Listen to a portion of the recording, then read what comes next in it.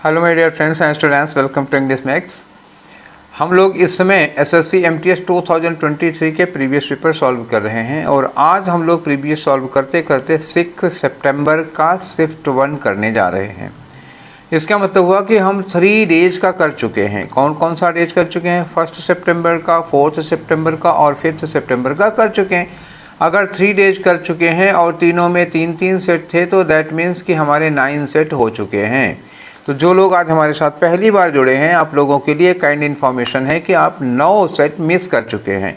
हालांकि मिस नहीं हुआ है, आज का 10th वाला सेट कर लीजिए। ये 9 तो सेट तो आपके पास रखे ही हैं, प्लेलिस्ट चेक कर लीजिएगा, उसमें ये 9 के 9 सेट मिल जाएंगे।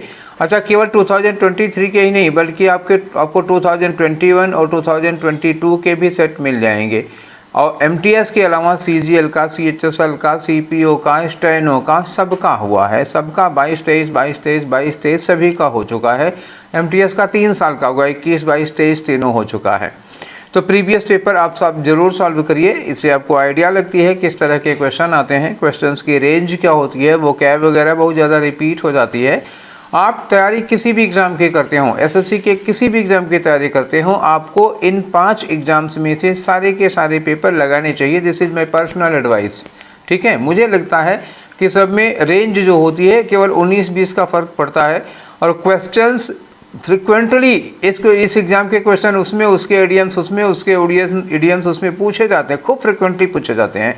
मैंने तो कम से कम पिछले 5 साल के और सारे सेट सॉल्व करवाए हैं, तो मुझे अच्छी तरह आइडिया है। ठीक है, इसीलिए मैं आप लोगों को सलाह देता हूं कि आप जिस एग्ज़ाम को परस्यू करते हैं उसके प्रीवियस ईयर ज़रूर सॉल्व करिए। इसके अलावा भी अगर आप दूसरे एग्ज़ाम्स, एसएससी के दूसरे एग्ज़ाम्स के भी प्रीवियस पेपर सॉल्व करते हैं तो this would be very beneficial to you.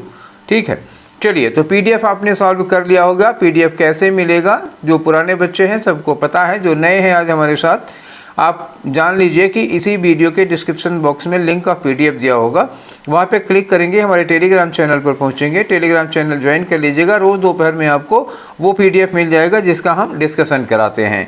इसके अलावा एक बात और करनी है कि आजकल 6-7 दिनों से हम लाइव आना शुरू कर दिए हैं। रात में 10 बजे 10 PM पर लाइव होते हैं और ये जो लाइव होते हैं उसमें सेगमेंटेड चीज़ें चल रही हैं। जैसे अभी हम लोग जो इसके पहले कर रहे थे वो साइनोनिम्स कर रहे थे। एसएससी 2023 में जितने भी साइनोनिम्स पूछे गए थे, साइनोनिम्स पूरे एग्जाम में, मतलब अभी जो मैंने नाम गिनाए थे वो सारे के सारे एग्जाम, सीजीएल, सीएचएसएल, स्टेनो और एमटीएस और सारे के सारे एग्जाम्स के जितने भी साइनोनिम्स आए थे प्री के, मेंस के सारे हम लोगों ने किए। इस समय जो चल रहा है, कल से स्टार्ट होगा है हम लोगों का एडीएम्स। तो अभी हम सीपीओ के एडीएम्स का फर्स्ट पार्ट करा चुके हैं, क्योंकि सीपीओ में 2023 में 3 दिनों में 84 एडीएम्स पूछे गए थे। 84 एडीएम्स को 2 पार्ट में कर दिया, 42 एडीएम्स कर रहे हैं। तो कल हम लोगों ने सीपीओ एसआई का 2023 का 42 एडीएम किया था। आज रात 10 बजे हम लोग इसी का पार्ट 2 करेंगे जिसमें 42 एडीएम्स होंगे। ठीक है, तो आपको कोई वो नहीं है, आप चैनल पे हैं ही, चैनल आपने सब्सक्राइब कर ही लिया होगा, तो रात में 10 बजे देख लीजिएगा, हम लाइव रहेंगे। ठीक 10 बजे हम लाइव आ जाते हैं, 2-4 मिनट आगे पीछे हो जाता होगा। ठीक है, तो ये करीब 1 घंटे का सेशन होता है, 40 एडीएम्स कराने में 1 घंटे करीब लग ही जाते हैं। चलिए, तो ये आपको इन्फॉर्मेशन देनी थी। अब शुरू करते हैं हम लोग अपना डिस्कशन और देखते हैं आज का पहला क्वेश्चन है। पहला क्वेश्चन है एडीएम का और इसमें कहा है बिगर फिश टू फ्राई। तो बिगर फिश टू फ्राई का मतलब क्या होता है? देखो, पहले ऐसे समझो, जैसे 2-3 दोस्त कहीं इकट्ठा हुए, दोस्तों ने आपस में फ़ोन किया कि चलो चाय पीते हैं, चाय की दुकान पर बैठे हैं। अब चाय की दुकान पर बैठे हो, कोई मतलब इम्पोर्टेंट काम छोड़ के आए हो, वहाँ पे बैठ के सब लोग ये बातें कर रहे हो कि यार सलमान खान शादी क्यों नहीं कर रहा है। तो किसी आदमी को इससे ज़्यादा, सपोज करो किसी आदमी को असाइनमेंट बनाना था, तो वो सीधे सीधे बोलेगा यार ऐसा है कि I have bigger fish to fry, मतलब इससे ज़्यादा ज़रूरी इम्पोर्टेंट टॉपिक है हमको डिस्कस करने को, इससे ज़्यादा इम्पोर्टेंट काम है हमको करने को। तो अब ये सब चर्चाएं इस समय ना करो, टाइम वेस्ट ना करो। अब इसी सेंस में मीनिंग ढूंढो। लिखा है to barely get something done या having something more important to take care of, तो ये हो जाएगा उससे ज़्यादा इम्पोर्टेंट काम करने को हमारे पास है। अब अगला करो, क्वेश्चन नंबर 2 में आ जाओ। Incorrectly spelled word. अब यहाँ क्या देखें, हम सीधे यहाँ देख लेते हैं ना, यहाँ इनकरेक्टली स्पेल्ड वर्ड। फेदर की स्पेलिंग करेक्ट है तो ये आंसर नहीं होगा। स्क्रैच्ड की भी सही है, ये भी आंसर नहीं होगा। ग्रामर की भी सही है, ये भी आंसर नहीं होगा। हंगरी की स्पेलिंग क्या होती है बाबू? हंगरी में होती है HUNGRY, तो ये जी के बाद जो ई लगा होता है ये नहीं होता है। मीनिंग बाकी आप लोगों को पता ही है, स्क्रैच खुरचना, फेदर पंख होता है, हंगरी भूखा होता है, ये आपको पता ही है। तो स्पेलिंग इसकी गलत है, तो ये चौथा वाला आपका आंसर होगा। आगे आते हैं नेक्स्ट क्वेश्चन में, ये खाली जगह भरने के लिए दिया हुआ है। एक बार स्टेटमेंट पढ़ के देखिए। लिखा है द रस्टी डोर मेड और dash scratching noise. Rusty door का मतलब क्या हुआ? लोहे का दरवाजा था, उसमें जंग लगी हुई थी। अब अगर दरवाजे में जंग लगी होगी और उसको खोलोगे आप तो एक अजीब सी आवाज़ होती है, ची आकिर करके खुलेगा, तो बड़ी चुभती हुई आवाज़ होती है ना कान में। स्क्रीचिंग वही किरकिराने की आवाज़ होती है। और ये किरकिराने की आवाज़ कैसी होगी? स्मूथ तो होगी नहीं, कान को अच्छी तो लगेगी नहीं, हार्श लगेगी। किरकिराना क्या होता है? हार्श आवाज़ होती है ना, वो कान को चुभती है बहुत। लो भी नहीं होगी, सॉफ्ट भी नहीं होगी, पॉजिटिव सेंस में नहीं आएगा, निगेटिव सेंस में जाना है। चलिए अगला क्वेश्चन कर लेते हैं हम लोग। क्वेश्चन नंबर 4, इसमें क्या है? आपको एंटोनिम बताना है किसका? इनॉर्मस का। अब इनॉर्मस का मतलब क्या होता है जानते हो ना? इनॉर्मस का मतलब होता है बहुत ही बड़ा, बिग साइज का होता है, ह्यूज होता है, ठीक है ना, बहुत बड़े आकार का, जिगेंटिक कह सकते हो आप, ठीक है, जिगेंटिक होगा। और जाइंट होगा, मॉन्स्टर्स होगा, मैमथ होगा, रॉकी होगा, मासिव होगा, बड़े वर्ड हैं। अच्छा यही होता है रात में 10 बजे जब हमारी क्लास चलती है तो साइनोनिम एंटोनिम में क्या होता है? एक साइनोनिम पकड़ते हैं, उसके 8-10 जितना भी SSC में आते हैं उस तरह का सारा बता डालते हैं। तो ये यही फ़ायदा होता है रात में 10 बजे वाले में। और वो रोज़ रोज़ एक ही दिन में कभी कभी 2-2, 3-3 बार दोहराया जाता है, वही वो कैब, तो आपको याद हो जाती है, रट जाती है वो कैब्स। चलिए इन अपोजिट का मतलब होता है एक तो आउट ऑफ प्लेस हो गया। क्या हो गया? एक तो इसका मतलब हो जाएगा आउट ऑफ प्लेस हो जाएगा। और दूसरा जो इसका मतलब होता है वो होता है इनएप्रोप्रिएट होता है, ठीक है। क्या होगा? इनएप्रोप्रिएट होता है, ये मतलब जो सही मात्रा में नहीं होता। तो इनॉर्मस का यहाँ कोई लेना देना है नहीं। अब आ जाओ टाइनी में। टाइनी का मतलब क्या होता है? वेरी स्मॉल, बहुत छोटा सा, एकदम नन्हा सा, पिद्दी भर का। ये इनॉर्मस बहुत बड़ा है तो टाइनी क्या हो गया? उसका एंटोनिम हो गया बहुत छोटा सा। इररिलेवेंट का मतलब क्या होता है? जो उससे रिलेटेड ही नहीं होता। और जिगेंटिक अभी लिखा था ना मैंने, ये देखो जिगेंटिक लिखा था, किसके लिए लिखा था? इनॉर्मस का साइनोनिम होगा बहुत बड़ा, बहुत विशाल के लिए यूज किया जाता है। एक और वर्ड आता है कोलोजल। कोलोजल मतलब भी होता है बहुत बड़ा, बहुत विशाल, ठीक है। आंसर आपका हो गया। अब इस क्वेश्चन में कुछ रहा नहीं। चलिए हम लोग अगला क्वेश्चन करते हैं, क्वेश्चन नंबर 5। इसमें क्या करना है? इनकरेक्टली स्पेल्ड वर्ड ढूंढना है। अब ये सेंटेंस को गोली मारो, सीधे यहाँ जाओ। क्वेश्चनायर होता है प्रश्नावली, ठीक है। तो ये क्वेश्चनायर की स्पेलिंग सही है, आंसर नहीं होगा। मिजरेबली, मिजरेबली की स्पेलिंग गलत है। इसमें क्या करना होगा? पहले आप माइजर लिखो, MISER। अब इसमें आप क्या लगाओगे? एबल लगाओगे। अब एबल में वाई लगा दो, मिजरेबली हो जाता है। तो यहाँ एस और आर के बीच में क्या होना चाहिए था? ई, और इन्होंने एस और आर के बीच में ई नहीं लगाया, तो ये गलत हो गया, यही आपका आंसर हो गया। मिजरेबली का मतलब क्या होता है? बहुत ही बुरी तरह से, ठीक है। क्या होगा? बहुत बुरी तरह से, ठीक है। और बहुत ही दयनीय कंडीशन के लिए भी यूज किया जाता है, लाचार वाली स्थिति हो जाती है। अपीयर्ड, अब सही है स्पेलिंग। डिजाइन्ड की भी सही है, मीनिंग तो ये सब आसान वर्ड है, जानते ही होंगे आप। आगे चलिए क्वेश्चन नंबर 6 में आते हैं, ठीक। इसमें ग्रामेटिकल एरर बतानी है आपको। This is the first time, ये पहली बार है। I ate such a tasty cake, इतना टेस्टी केक मैंने पहली बार खाया है, ये पहली बार है। अच्छा यहाँ लिखा दिस इज फर्स्ट टाइम। अगर ये पहली बार है, प्रेजेंट में है, तो ये एट जो है वर्ब की सेकेंड फॉर्म पास्ट कैसे लग सकता है भाई? अभी अभी पहली बार खाया इतना टेस्टी केक, तो एट नहीं हो सकता। अगर यहाँ वाज लिखा होता तो एट होता, तो ये गलत हो जाएगा। या तो आई हैव ईटन करो, अभी अभी मैंने जो केक खाया है वो अभी तक मैंने जो केक खाया उनमें सबसे अच्छा है। या तो आई एम ईटिंग कर दो, मतलब पहली बार है कि मैं इतना टेस्टी केक खा रहा हूँ, या अभी अभी मैंने जो केक खाया है वो, तो ये गलत हो जाएगा। एट तो किसी कीमत पे नहीं होगा, ये पहला वाला आंसर एट वाला गलत हो जाएगा, ठीक है। चलिए आगे आते हैं। अगला वर्ड क्या है? साइनोनिम का है। कॉर्डियल। कॉर्डियल का मतलब क्या होगा? अब यही जब मैं साइनोनिम वाले दिन डिस्कस कर रहा था, तो जो मैंने साइनोनिम डिस्कस किए हैं अगर आपने देखा नहीं है, उस दिन अगर आप हमारे साथ लाइव नहीं थे, तो एसएससी साइनोनिम्स या ऐसे आप डालिएगा, प्लेलिस्ट एक ढूंढिएगा साइनोनिम्स ऑफ एसएससी 2023, तो आपको मेरे वो सारे के सारे साइनोनिम मिल जाएंगे। सीपीओ के सारे साइनोनिम, स्टेनो के सारे साइनोनिम, सीजीएल के, सीएचएसएल के, एमटीएस के सारे मिल जाएंगे। उसमें आप देखिएगा ना, तो ये कार्डियल हमको कम से कम नहीं तो कम से कम 7-8 बार 10 बार डिस्कशन किया गया है, और 10 बार कार्डियल के सारे साइनोनिम रिपीट किए गए हैं, सारे साइनोनिम सारे एंटोनिम। तो कार्डियल का मतलब क्या होता है? देखो, कार्डियल का मतलब होता है फ्रेंडली होता है, एक तो ये हो गया, ठीक। एमिएबल, जहाँ भी एमी लग जाता है वो इसी से बनता है, एमिएबल बन जाएगा, एमिकेबल बन जाएगा, ठीक है ना, एमिकेबल बन जाएगा। और एक वर्ड होता है कार्डियल, फ्रेंडली, एमिएबल, एमिकेबल और जीनियल, एक और वर्ड है जीनियल होता है। और एक वर्ड होता है सोशिएबल, सामाजिक व्यक्ति होता है जो लोगों से मिलता जुलता रहता है, सोशिएबल। ये सारे वर्ड हैं इसके लिए जो लगते हैं। तो अब देखिए, कार्डियल का साइनोनिम को यहाँ मिल रहा है फ्रेंडली, एक वर्ड, हाँ फ्रेंडली तो शुरू में बोला था, ये फ्रेंडली मिला आपको। एरोमेटिक मतलब होता है जिसमें अच्छी गंध होती है, सुगंध जिसमें होती है वो होगा। ब्रेव यहाँ कोई रिलेटेड नहीं है, अनफ्रेंडली अपोजिट हो जाएगा, ये एंटोनिम हो जाएगा और ये साइनोनिम हो जाएगा। ठीक है, चलिए आगे बढ़ लेते हैं हम लोग। और अगला क्वेश्चन है हमारा क्वेश्चन नंबर 8। ये कितना बड़ा सा स्टेटमेंट है, इसमें एरर बतानी है, और एरर किसकी बतानी है? खास तौर से अगर ये वर्ड दे दिए गए हैं तो इसका मतलब है कि ये स्पेलिंग से रिलेटेड एरर हो सकती है, ठीक है ना। ये लिखा भी है ना स्पेलिंग एरर, लास्ट वर्ड देखो स्पेलिंग एरर है। तो यहाँ छोड़ो, सीधे यहाँ जाते हैं हम लोग, ठीक है। तो वाटर कोर्सेज सही है, वाटर कोर्सेज की स्पेलिंग में कोई गड़बड़ी नहीं है, तो वाटर कोर्सेज सही लिखा है तो ये एरर नहीं होगा। और थ्रेटेंड की स्पेलिंग गलत हो जाती है, ठीक है। देखो, यहाँ थ्रेट का मतलब होता है डर या खतरा।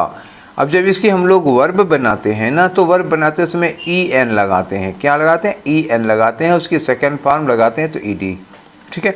थ्रेटेंड, तो यहाँ T और N के बीच में E होना चाहिए था, ठीक है, यही गलती हो गई। तो ये आपका क्या हो गया? आंसर हो गया, क्योंकि इसकी स्पेलिंग गलत है। इंटरवोवेन की स्पेलिंग सही है, बायोस्फीयर की भी सही है। वाटर कोर्सेज भी आप समझ ही रहे होंगे, मतलब जो पानी वाला सिस्टम होता है जहाँ पे वाटर कोर्स होता है। बायोस्फीयर समझ ही रहे हैं, जैवमंडल हो जाएगा। इंटरवोवेन का मतलब क्या होता है? एक दूसरे में मिक्स होते हैं, ऐसे हो जाता है जहाँ एक दूसरे से कनेक्टेड होते हैं, इंटरवोवेन होते हैं, ठीक। नेक्स्ट क्वेश्चन में आ जाओ, 9 नंबर पे। देखो 9 नंबर पे खाली जगह भरना है। लिखा है the tone of his voice seemed to, जो उसकी आवाज़ की टोन थी, जैसे हर आदमी की आवाज़ की टोन अलग होती है, मेरी आवाज़ की टोन अलग होती है, किसी की आवाज़ की टोन अलग होती है, सबकी आवाज़ की एक एक टोन होती है। मेरी आवाज़ की टोन है, कुछ लोगों को अच्छी लगती है, कुछ लोगों को बहुत ख़राब लगती है, कुछ लोग कहते हैं सर ऐसे कैसे बोलते हैं। तो अब ये हमने नहीं की है ना, ये तो नेचुरल है, ठीक है। तो टोन ऑफ हिज वॉइस, कोई आदमी है उसकी आवाज़ की जो टोन है, seemed to dash that he knew more than he was letting on, मतलब उसकी आवाज़ की टोन बता रही थी कि वो जितना बता रहा है, जितना हम लोगों को डिलीवर करे उससे कहीं ज़्यादा जानता है। तो उसकी आवाज़ की जो टोन है ऐसा क्या कर रही थी? ऐसा हिंट कर रही थी, ऐसा उसे शो हो रहा था। तो इंटेंट का मतलब क्या होता है? ये तो हो गया आपका इरादा होना, तो आवाज़ की टोन का कोई इरादा नहीं होता। और इंसाइज का मतलब होता है किसी के अंदर कोई बात भर देना, ठीक है। तो ये इंसाइज होगा। इंसाइज का मतलब नहीं, किसी के अंदर कोई बात भरना नहीं होगा। ये होता है एक तरह का कट मार्क होता है, जैसे कहीं किसी सरफेस पर कुछ कटे हुए का मार्क निशान बना होता है तो कट मार्क होगा। इनकलकेट एक वर्ड होता है, तो इनकलकेट जो है इसका मतलब होता है किसी व्यक्ति के दिमाग में कोई ऐसी चीज़ फिट कर देना जो आप चाहते हैं। जैसे कहते हो ब्रेन वॉश करके किसी के दिमाग में कोई बात भरना, इनकलकेट करना होता है, ठीक है। और इम्प्लाई का मतलब क्या होता है? इंडिकेट करना। तो उसके आवाज़ की टोन ऐसा इंडिकेट कर रही है, ऐसा सिग्नल दे रही है कि वो जो बता रहा है उससे कहीं ज़्यादा जानता है। तो आपका आंसर क्या हो गया? इम्प्लाई हो जाएगा। नेक्स्ट क्वेश्चन में आ जाओ, क्वेश्चन नंबर 10 में खाली जगह भरनी है। लिखा है Varun has to dash his studies for the sake of his ill father. तो लिखा है for the sake of his ill father, उसके बीमार फादर के नाते, अपने बीमार पिता के नाते उसको अपनी पढ़ाई क्या करनी पड़ी। तो उसको अपनी पढ़ाई क्या करनी पड़ी? जाहिर सी बात है पढ़ाई छोड़नी पड़ी होगी। यहाँ लिखा अपलॉड करना। अपलॉड का मतलब क्या होता है? प्रेज करना, किसी की तारीफ करना, प्रेज होता है। और दूसरे वर्ड्स के क्या हो सकते हैं? प्रेज हो सकता है, अपलॉड हो सकता है, लॉर्ड हो सकता है, अप्रिशिएट हो सकता है, कमेंड हो सकता है, ग्लोरीफाई हो सकता है, एडमायर हो सकता है, अप्रिशिएट हो सकता है। बहुत सारे वर्ड हैं ना प्रेज के, ये सब हो गए। रिवर्स का मतलब क्या हुआ, 1 से 10 तक गिनती गिनो, फिर 10 से 1 तक गिनती, क्योंकि कोई भी प्रक्रिया होती है रिवर्स का मतलब पीछे लौटना, जिधर से गए हो उधर से ही पीछे लौट लो, रिवर्स होना हो गया। सेक्रीफाइस करना क्या होगा, उसको अपने बीमार पिता की खातिर अपनी पढ़ाई सेक्रीफाइस करनी पड़ी ना, बलि चढ़ानी पड़ी, पढ़ाई छोड़नी पड़ी, तो ये सबसे सुटेबल ऑप्शन लग रहा है सेक्रीफाइस। इमिटेट करना मतलब क्या होता है, कॉपी करना, कॉपी करने का यहाँ कोई सेंस नहीं है, यहाँ पे लगेगा जो वो है सेक्रीफाइस। नेक्स्ट क्वेश्चन आ जाओ, क्वेश्चन नंबर 11 में। अब इसमें भी क्या करना है, खाली जगह भरना है। देखो लिखा है कोविड-19 dash structural weakness in health systems worldwide and negatively impacted individual societies and economies. तो कोविड-19 ने जो पूरी दुनिया में हेल्थ स्ट्रक्चर था, स्ट्रक्चर ध्यान दीजिएगा, स्ट्रक्चर की स्ट्रक्चरल वीकनेस, जो हेल्थ सिस्टम है, स्वास्थ्य व्यवस्था है, उसका जो स्ट्रक्चरल वीकनेस है, देखो वो हो क्या रहा था कि कहीं तो हॉस्पिटल बेड की ही कमी थी, कहीं ऑक्सीजन ही नहीं मिल पा रही थी, कहीं दवा ही पूरी सप्लाई नहीं हो पा रही है। तो उस समय ये पता चला था कि हमारे हेल्थ सिस्टम में कितनी तैयारी है, बेड नहीं है, ये नहीं वो नहीं, ऑक्सीजन ही नहीं है। तो ये हमारे स्ट्रक्चरल मतलब हेल्थ सिस्टम के स्ट्रक्चर की कमजोरी पता चल गई थी। तो क्या किया था उसमें, उस समय ये सब पता चल गया था। कंसील मतलब छुपाया था, कोविड-19 ने इन कमियों को छुपाया तो नहीं था बल्कि उजागर किया था, हिट किया था, हाँ इस पर हिट तो हुआ ही था, और लेड नहीं है बल्कि रिवील्ड। अब हमको हिट और रिवील्ड दो में से एक ऑप्शन चुनना पड़ेगा। कोविड-19 ने हमारे स्ट्रक्चरल हेल्थ सिस्टम के स्ट्रक्चरल वीकनेस को हिट किया, वीकनेस को हिट नहीं किया, वीकनेस को डिस्क्लोज किया था। अगर ये वीकनेस ना लिखा होता, केवल लिखा था स्ट्रक्चर को हिट किया था तो ठीक हो जाता, लेकिन वीकनेस लिखा है तो वीकनेस को उसने रिवील किया था। अब हिट ना होकर के रिवील ज़्यादा सुटेबल आंसर होगा, therefore your suitable answer is number 4। Next question पे आ जाओ 12 में। 12 में फिर खाली जगह भरना है। आज फिलर का क्वेश्चन कुछ ज़्यादा ही है, चलिए देखते हैं। टॉम वेटेड, टॉम जो है वो वेट किया अंटिल, कब तक, until dash to start working on his term paper but manage to finish it just in time. But के बाद मैनेज, लेकिन उसने टाइम में काम पूरा कर लिया।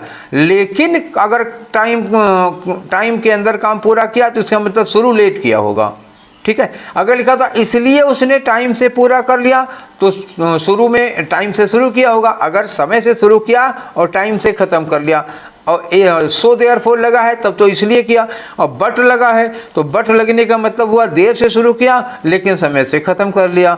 तो बट लगा है इसलिए शुरू में देर होनी चाहिए। तो इसमें इडियम क्या दिया है, लिखा है the 11th hour, the 12th hour, the 10th hour, the 13th hour.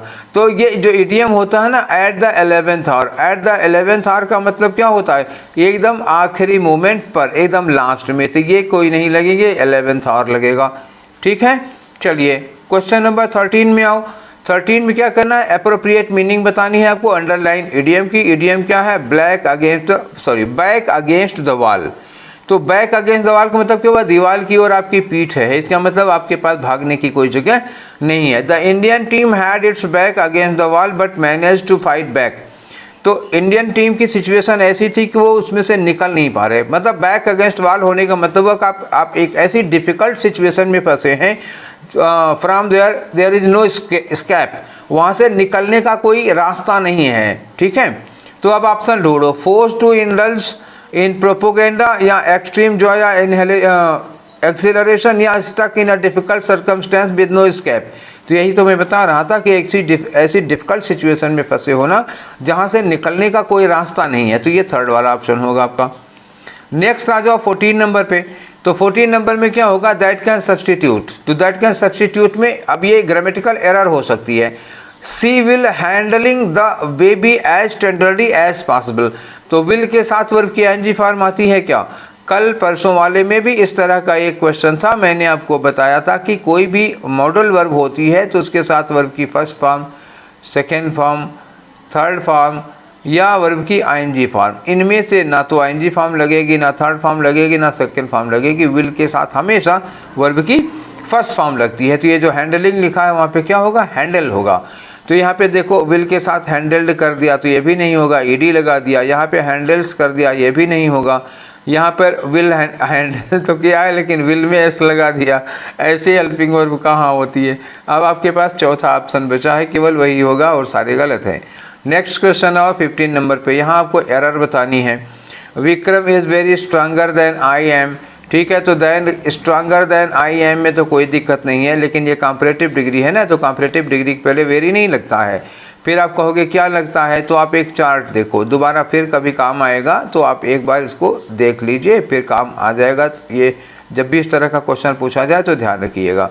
तो देखिए कुछ चीज़ें होती हैं, जैसे वर्ब की आईएनजी फॉर्म है, ठीक है, जैसे वर्ब की थर्ड फॉर्म है, या जैसे यहाँ पे पॉजिटिव डिग्री हो गई, ये कॉम्परेटिव डिग्री हो गई। तो वर्ब की आईएनजी फॉर्म पहले वेरी लगता है, मच नहीं लगता है। वर्ब की थर्ड फॉर्म पहले वेरी नहीं लगेगा, मच लगता है। पॉजिटिव डिग्री जैसे गुड है तो गुड के पहले वेरी लगता है, मच नहीं लगता है। या कॉम्परेटिव डिग्री है, जैसे यहाँ पे लिखा है स्ट्रॉन्गर, तो स्ट्रॉन्गर के पहले वेरी नहीं लगेगा, क्या लग सकता है, मच लग सकता है। मच लगाओ, फॉर लगाओ, अलर्ट लगाओ, लिटिल लगाओ, लेकिन वेरी इसके पहले नहीं लगता। तो कॉम्परेटिव डिग्री के पहले ये जो स्ट्रॉन्गर लिखा हुआ है इसके पहले वेरी नहीं लगेगा, क्या लगना चाहिए आपको, मच लगना चाहिए था, ठीक है। तो गलती यही वाली हो गई। तो कहाँ गलत है, वेरी, तो कहाँ है वेरी, वेरी वेरी वेरी, ये लिखा है वेरी, तो आपका चौथा वाला आंसर ठीक है। चलिए आगे बढ़ें। अगला क्वेश्चन है आपका वन वर्ड सब्स्टिट्यूशन का। वन वर्ड सब्स्टिट्यूशन किसका, लवर ऑफ बुक्स। तो लवर के लिए जो हम लोग वर्ड यूज करते हैं, रूट वर्ड होता है वो फाइल होता है, और बुक के लिए क्या यूज करते हैं, बाइबल यूज करते हैं, ठीक है। बाइबल जो है वो बुक का रूट फॉर्म है, बाइबल। तो क्या होगा, बाइबल और फिल दोनों जिसमें मिल जाएगा वही होगा। तो ये लिखा बाइबलियोफाइल, बाइबलियोफाइल का मतलब ये रहा आपका आंसर। फिलोसफर कौन सा होता है, दार्शनिक होता है। लाइब्रेरियन, देखो लाइब्रेरियन वो उसकी नौकरी है, जरूरी नहीं कि उस किताबों को पढ़ना उसको अच्छा लगता हो।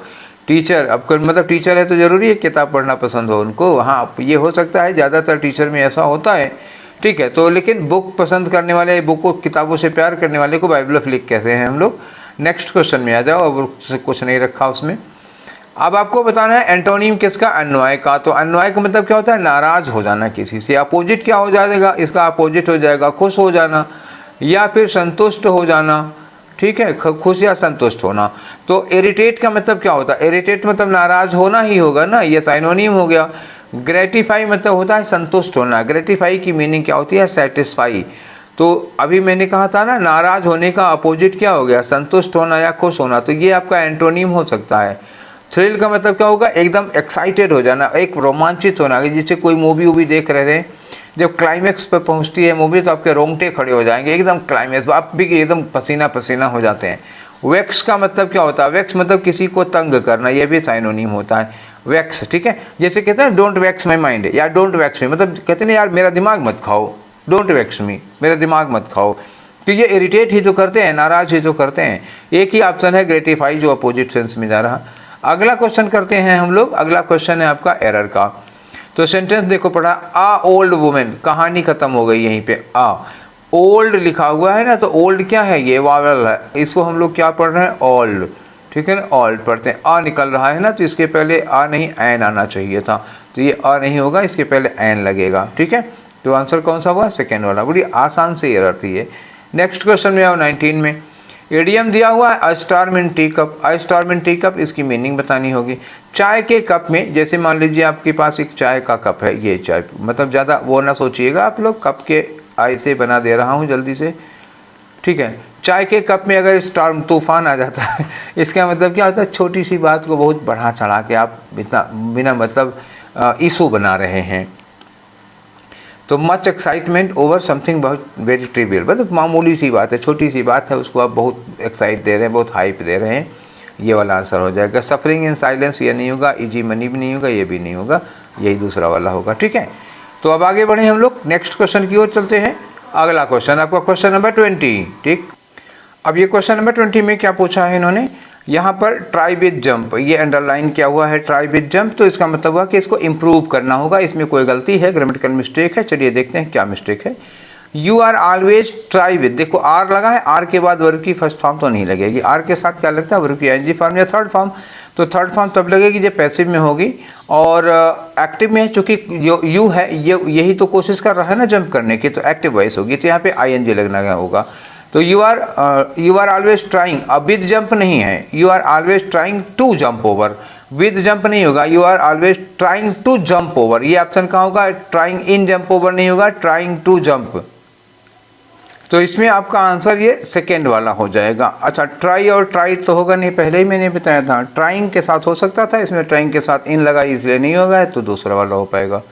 चलिए, अब हमारे पास क्या क्वेश्चन है, वही 21 से 25 क्या करना होता है। एक पैराग्राफ है, पैराग्राफ में 5 खाली जगह हैं, उनको पढ़ के भर दीजिए, उसकी जगह पर क्या सूटेबल ऑप्शन लगेंगे। ये तो हम लोग पहले से ही करते आ रहे हैं, नहीं कोई सिखाने वाली बात तो है नहीं। तो चलिए शुरू करते हैं। लिखा है कि Kasturi went to the garden looking for her mother.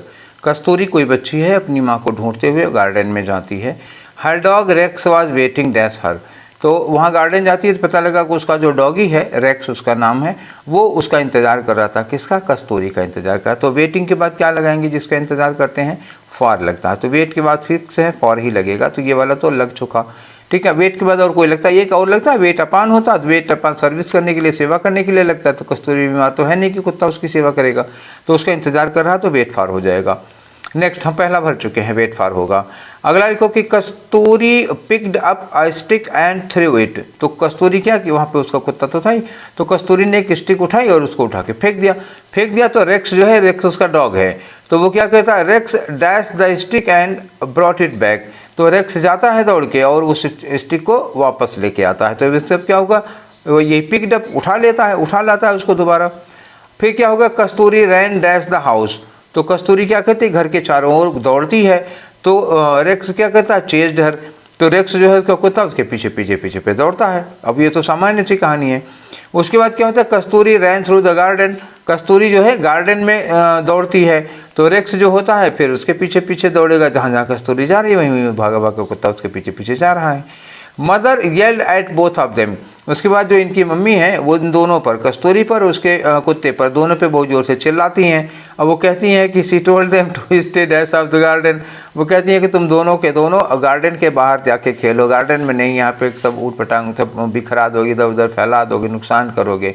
तो उसके बाद कस्तूरी क्या करती है, कस्तूरी माफ़ी मांगती है अपनी मम्मी से। उसके बाद क्या होता है, went for a bike ride. उसके बाद चली जाती है बाइक, मोटरसाइकिल चलाने के लिए, ठीक है ना। और उसके बाद रेक्स क्या होगा, रैन नेक्स्ट टू द बाइक। और रेक्स ये उसकी बाइक के आगे दौड़ रहा है, भाग रहा है। तो ये कहानी है इसमें। तो पहला फिलर हम लोग कर ही चुके हैं, वेट के बाद फॉर लगेगा। दूसरे में बताओ यहाँ वाले पे क्या लगेगा। कस्तूरी ने एक स्टिक फेंकी थी, तो वो दौड़ के गया था, स्टिक को ले आया था। तो ले आया था, पूरी कहानी पास्ट में ना, देखो यहाँ पे इवेंट लिखा हुआ है, और ठीक है यहाँ पे वाज वेटिंग लिखा हुआ है, ये पिक्ड अप लिखा हुआ है, पूरी कहानी पास्ट में। देखो वो ब्रॉट ले आया, पास्ट में है। तो थ्रोज और चेजेस तो नहीं लग पाएगा, क्योंकि ये दोनों प्रेजेंट हो जाएगा। थ्रू है और चेजेज है। अब ये देखो कि कस्तूरी ने कस्तूरी ने स्टिक को फेंका था, तो क्या कुत्ते ने भी स्टिक को फेंका था? नहीं, कुत्ता स्टिक को फेंका नहीं था, बल्कि क्या आया था, स्टिक के पीछे गया और उसको वापस ले आया। तो चेज्ड लगाएंगे, ठीक है। नेक्स्ट वाले क्वेश्चन में आ जाओ। अगला वाला क्या करें, कस्तूरी बिल्डिंग के चारों ओर, घर के चारों ओर दौड़ रही थी, ठीक है। तो ये है कस्तूरी रैन डैश द हाउस। तो वो घर के चारों ओर ये ऐसे गोल घर के चारों ओर वो दौड़ना शुरू कर देती है। तो घर के चारों ओर दौड़ेगी तो क्या होगा, अराउंड लगेगा ना, इन और ये तो लगेगा नहीं घर के चारों ओर दौड़ने के लिए। अब आते हैं हम लोग किस पे, तीसरे वाले नंबर पे, ठीक है। तीसरा नंबर हो चुका, ये हो गया अराउंड। चौथे नंबर पे आते हैं। देखो चौथे नंबर में क्या करना है, यहाँ पे ये देखो यहाँ पर। तो अब ये रेक्स क्या है, जैसे वो जब घर के चारों ओर दौड़ती है, ये लिखा है ना, कस्तूरी रैन थ्रू द गार्डन। अब वो कस्तूरी चारों ओर, घर के चारों ओर दौड़ चुकी, तो गार्डन में दौड़ने लगी। गार्डन में दौड़ लगी तो रेक्स क्या करेगा, रेक्स फिर उसके पीछे दौड़ेगा। तो पीछे दौड़ने के लिए क्या लगाओगे, देखो लिसन, ये प्रेजेंट में हो गया, ये प्रेजेंट में हो गया, ये दोनों लगेंगे नहीं, ये पास्ट में है, ये पास्ट में है। तो केम लगेगा या फॉलोड लगेगा। तो अभी थोड़ी देर पहले चेज्ड लग रहा था ना, देखो यहाँ पे भी चेज्ड लगा था, यहाँ पे भी चेज्ड लगा था। तो चेंज करने के लिए क्या लगेगा, आप फॉलोड लगाओगे, केम नहीं लगाओगे, ठीक है। नेक्स्ट वाला आ गया आपका, ये आखिरी वाला फिलर है। तो मम्मी ने क्या कहा था कि घर के बाहर रहो तुम लोग, घर के अंदर या गार्डन के अंदर नहीं, गार्डन के बाहर जाकर खेलो। तो यहाँ इन्होंने क्या कहा, ऑफ लगा है, तो ऑफ किसके बाद लगेगा, इन ऑफ लगेगा कि ऑफ लगेगा, फ्रॉम ऑफ लगेगा कि आउट ऑफ लगेगा। तो आउट ऑफ द गार्डन बोला होगा ना उन्होंने। तो ये हो गए हमारे 25 क्वेश्चंस, ठीक है। आज हम लोग कौन सा कर रहे थे, 6 सितंबर का फर्स्ट शिफ्ट वाला 25 क्वेश्चन इसके भी हो गए, ठीक है। आज 10वां था, तो आज हम लोग 250 क्वेश्चन अभी कह लीजिए तो पूरे हो गए, ठीक। चलिए, तो ये सेशन आप लोगों को कैसा लगा अपनी राय दीजिएगा। रात में 10 बजे हम लोग फिर मिलेंगे अपने वोकैब वाले सेशन में। आज की वोकैब होगी एडीएम सीपीओ के एडीएम्स पार्ट 2। 2023 में जितने भी सीपीओ मीडियम्स पूछे गए थे उसका पार्ट 2 आज हम लोग करेंगे। एडीएम नंबर 41 से लेकर के 84 तक है, ठीक है। तो चलिए आज का सेशन आप लोगों को कैसा लगा अपनी राय दीजिएगा, दोस्तों के साथ शेयर करिए। फिर मिलते हैं हम लोग शाम को। Till then take care, thank you.